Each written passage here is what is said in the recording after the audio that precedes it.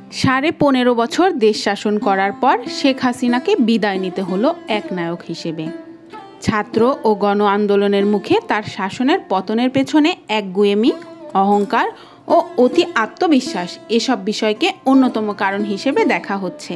একক কর্তৃত্বের শাসনে শেখ হাসিনার সরকার সম্পূর্ণভাবে জনবিচ্ছিন্ন হয়ে পড়েছিল। পশ্চিমা বিশ্বকে শত্রু বানিয়ে শেষ পর্যায়ে ভূ রাজনীতিতেও প্রায় একা হয়ে পড়েছিলেন তিনি। অবশেষে গণ আন্দোলনের মুখে শেখ হাসিনাকে দেশ ছাড়তে হয়। 5 আগস্ট সোমবার কয়েক ঘন্টার মধ্যেই তার পদত্যাগ ও দেশ ছাড়ার ঘটনা ঘটে। আওয়ামী লীগ সভাপতি শেখ হাসিনা 5 আগস্ট দুপুরের আগে প্রধানমন্ত্রীর পদ থেকে পদত্যাগ করেন।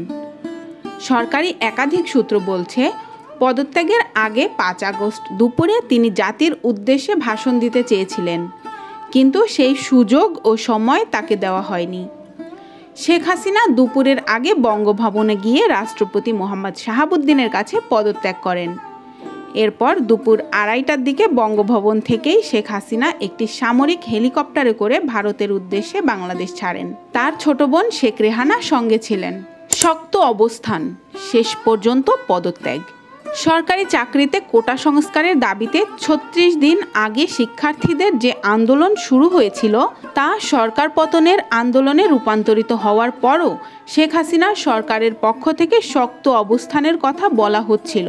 এমনকি 4 আগস্ট রোববার আওয়ামী লীগ, ছাত্রলীগ, যুবলীগ সহ সহযোগী সংগঠনগুলোকে মাঠে নামিয়ে শক্তি প্রদর্শন করে আন্দোলন প্রতিরোধের চেষ্টা করা হয়েছিল, কিন্তু তাতে সারা দেশে সংঘাত সংঘর্ষে প্রায় 100 জনের প্রাণহানির ঘটনা ঘটে।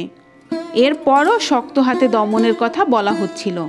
4 আগস্ট সন্ধ্যার পর থেকে গভীর রাত পর্যন্ত গণভবনে বসে শেখ হাসিনা তার সরকারের ঘনিষ্ঠ কয়েকজন মন্ত্রী ও কয়েকজন কর্মকর্তার সঙ্গে একাধিক বৈঠক করেন। 4 আগস্ট রোববার সন্ধ্যার পর থেকে গভীর রাত পর্যন্ত গণভবনে বসে শেখ হাসিনা তার সরকারের ঘনিষ্ঠ কয়েকজন মন্ত্রী ও কয়েকজন কর্মকর্তার সঙ্গে একাধিক বৈঠক করেন।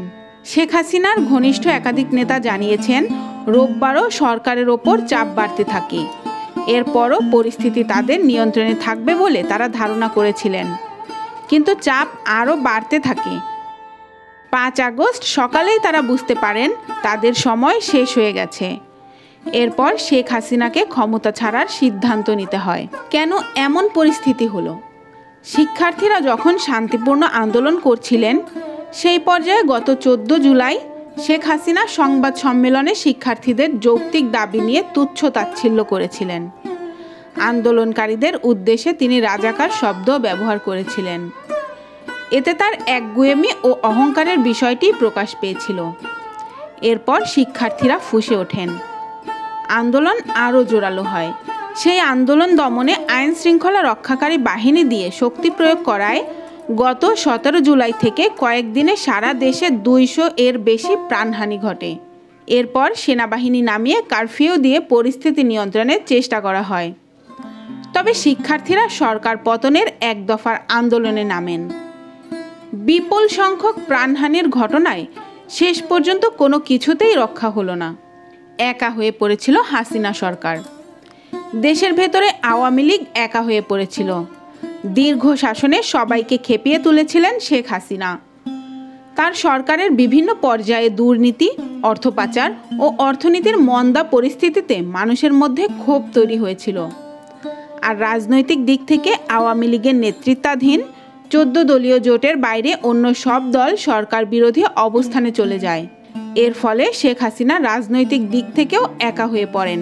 শিক্ষার্থীদের আন্দোলনেও সেটা স্পষ্ট হয়ে ওঠে। অন্যদিকে ভূ রাজনীতিতেও শেখ হাসিনার সরকার ভারতের উপর নির্ভরশীল হয়ে পরপর 3টি বিতর্কিত নির্বাচন করেও টিকে থাকে। এই আলোচনা চলছিল অনেক দিন ধরে। সরকার চীনের সঙ্গেও একটা সম্পর্ক রেখে চলছিল। গত জুলাই মাসেই 7 তারিখ থেকে 2 দিন চীন সফর করেছিলেন শেখ হাসিনা। সর্বশেষ সেই সফরে অবশ্য ভালো ফল হয়নি, কিন্তু যুক্তরাষ্ট্রের সঙ্গে সম্পর্কের টানাপোড়েন চলছিল অনেক দিন ধরে। বিভিন্ন সময় শেখ হাসিনা সহ তার নেতারা যুক্তরাষ্ট্রের কড়া সমালোচনা করেছেন। সর্বশেষ গত 7 জানুয়ারি অনুষ্ঠিত দ্বাদশ জাতীয় সংসদ নির্বাচন ঘিরেও যুক্তরাষ্ট্রের সঙ্গে সম্পর্কের টানাপোড়েন বেড়ে যায়। তবে শিক্ষার্থীদের আন্দোলনকে কেন্দ্র করে শেখ হাসিনা ও আওয়ামী লীগ দেশের মানুষ ও শিক্ষার্থীদের প্রতিপক্ষ বানিয়ে ফেলে। এতে একেবারে একা হয়ে পড়ে তারা। এখন শেখ হাসিনা দেশ ছেড়ে গেছেন। আওয়ামী লীগের নেতাদেরই কেউ কেউ মনে করছেন শেখ হাসিনা দেশ ছেড়ে নিজের এতদিনের রাজনৈতিক অর্জন ধ্বংস করলেন। একই সঙ্গে মুক্তিযুদ্ধের নেতৃত্ব দেওয়া দল আওয়ামী লীগের অস্তিত্বকেও হুমকিতে ফেললেন।